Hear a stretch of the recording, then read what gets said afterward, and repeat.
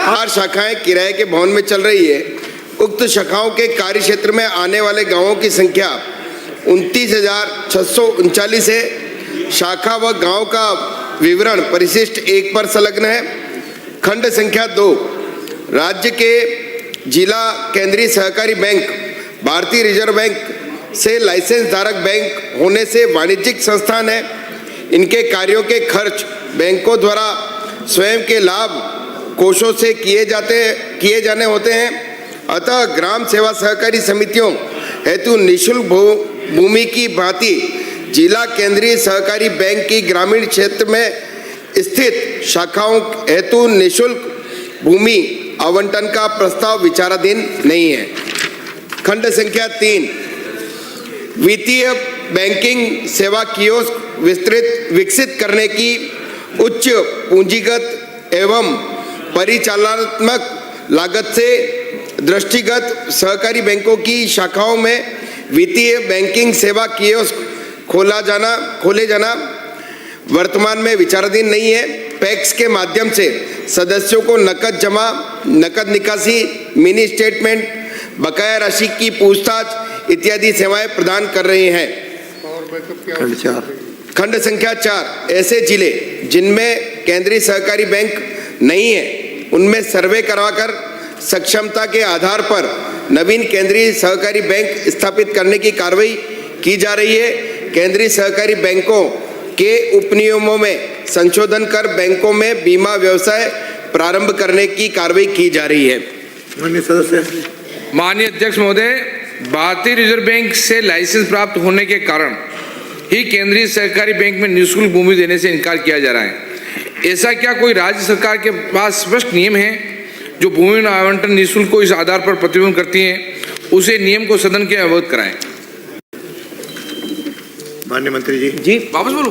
हाँ, भारतीय reserve bank से लाइसेंस प्राप्त होने के कारण ही केंद्रीय सहकारी बैंक को निःशुल्क भूमि देने से इनकार किया जा रहा है।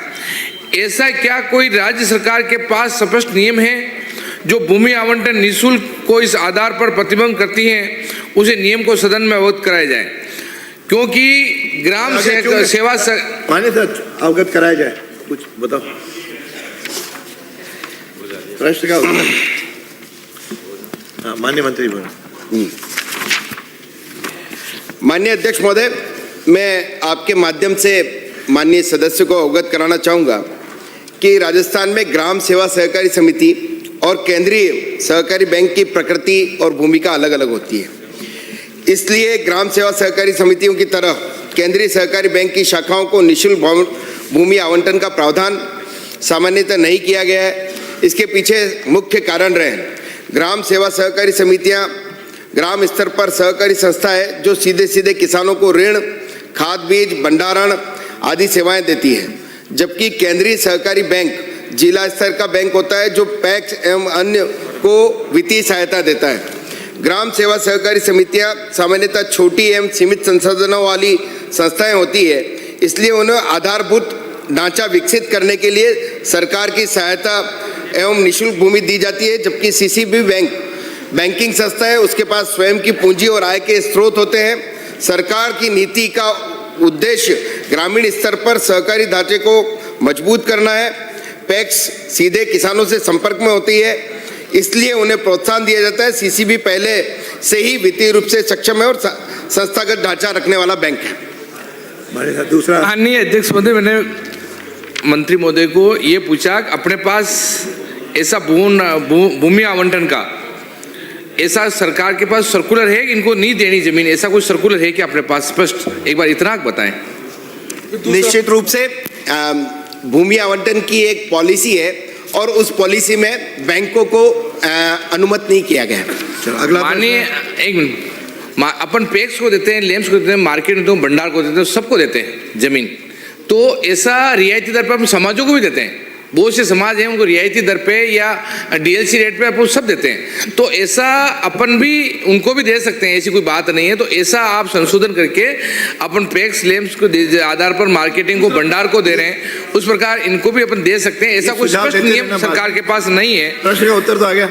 और क्या भविष्य में सहकारी बैंक को मजबूत करने के उद्देश्य से सरकार केंद्रीय सहकारी बैंक के रियायती दरों पर भूमि आवंटन करने का विचार रखती है और ऐसा कोई नियम बनवाएंगे सरकार के अपन सरकार में अरे विचार के भाषण नहीं, प्रश्न पूछे और लोगों के भी आ जाए।